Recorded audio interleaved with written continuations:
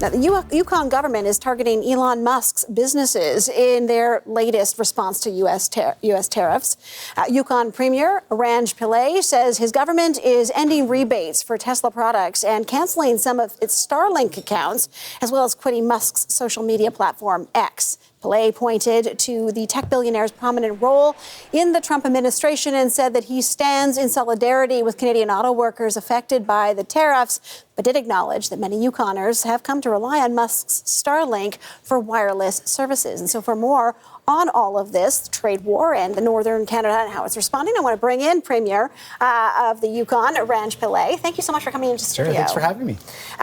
So when I first read this, I thought, okay, Yukon, you can take on Elon Musk. But if I'm in the north, I'm imagining Starlink has kind of been a game changer for you guys. Yeah, look, I think it's really filled a gap that we needed for communications across the north, probably in many northern parts of provinces as well, across Canada.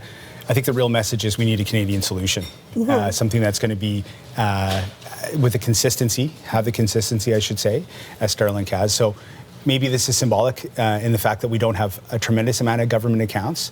We have relied on it for emergency wildfire season, things such as that. But again, anything we can do at this time to send a message is important. Yeah, so I feel like, and correct me if I'm wrong, I don't know how big a player Tesla is in Yukon, being an electric vehicle and the cold temperatures, and people are a little bit, wary of that. Yeah. I don't know how heavily people rely on X either. But to what end is Starlink? I mean, you said the government accounts don't have much, but the individual people who are in that area, is it something that they have come to rely on? Has it changed things for them? Yeah, you know what? It has. Yeah. And really what we've said to Yukoners is you make that decision. That's a personal decision that you have all the right to make. In our position, we have to send every message we possibly can. Like, this is such a moment in time for our country. And the same thing. I mean, we've taken U.S. liquor off the shelves, procurement. We have had significant capital budgets, building a lot of infrastructure in the north, looking for Canadian sources for the materials that we need and the services that will support that. That's a tough stance. A lot of provinces have certainly taken that as well. When I think of Yukon and I think of Alaska, I sort of think that you guys kind of, up north together, an important relationship.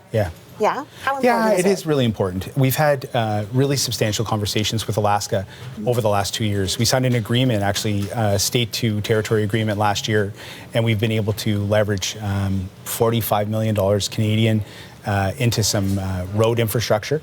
Might seem small for some of the bigger provinces, but significant for us.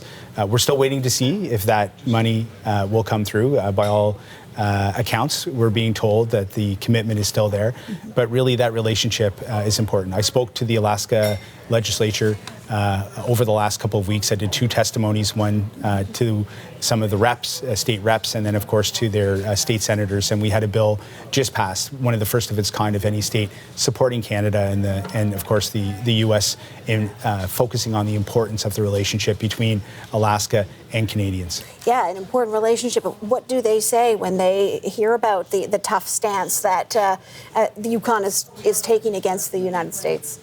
Yeah, you know what? I think. Do they understand? The bill passed overwhelmingly. There was, I think, only 3 or 4 members that didn't support the bill. So Alaskans really know about the importance. Of course, this goes back thousands of years. The family connections between Alaska and the Yukon. Our kids play sports against each other. There's a tremendous connection when it comes to tourism. So they know how hurtful this is. And of course, that was a bipartisan bill. I mean, you were in a position where a tremendous amount of Republicans came out. We also wrote a letter this week before the Senate vote in the U.S. to Senator Lisa Murkowski, and was very glad to see her be one of the few Republicans in the Senate that supported it as well. So Alaskans are our friends. It's a tough time, and this isn't about the people of Alaska. It's about the current administration in the White House. No, of course. In terms of the kind of non-tariff retaliation we've heard of from various provinces, in British Columbia, there was talk of charging some kind of a toll or fee for trucks transporting goods throughout British Columbia to get to Alaska.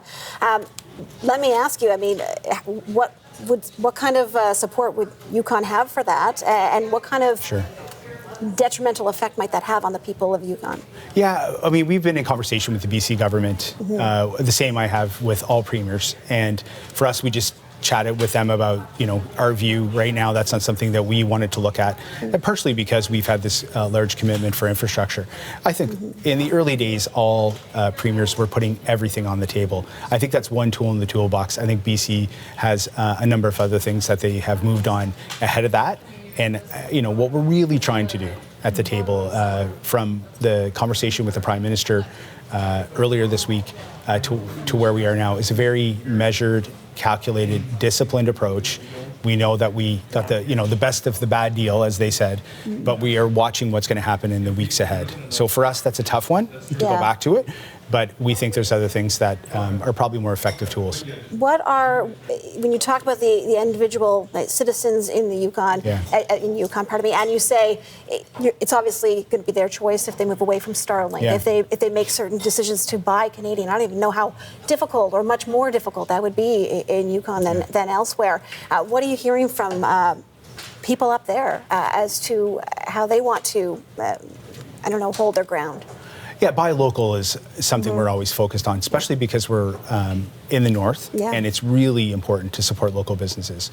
We got to get you to come up and take that 2-hour flight from Vancouver and come to the Yukon and see. I mean, it's an incredible place with lots of resources and infrastructure.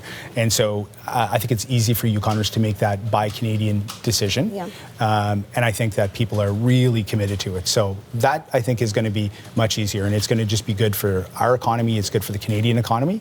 But we also, it's a moment in time. Like we have, I think as a country, this is a wake-up call. And I think we'll look back at it, the situation that we're realizing that we're in, and we'll reflect on it. And it has been a catalyst for us as a country to come together, but also to think about what we haven't been doing. And I think it's time for us to look at the resources across the country, to look at how we're going to work collectively to take down trade barriers from province to territory, and stand on our own feet the way we should have probably over the last number of decades. So I think, as much as we're in a difficult time, it's a pretty exciting time for this country to come together and move ahead. Ranj Pillai, Premier of Yukon, thank you so much for coming into studio. Pleasure to talk to you. Thanks for having me.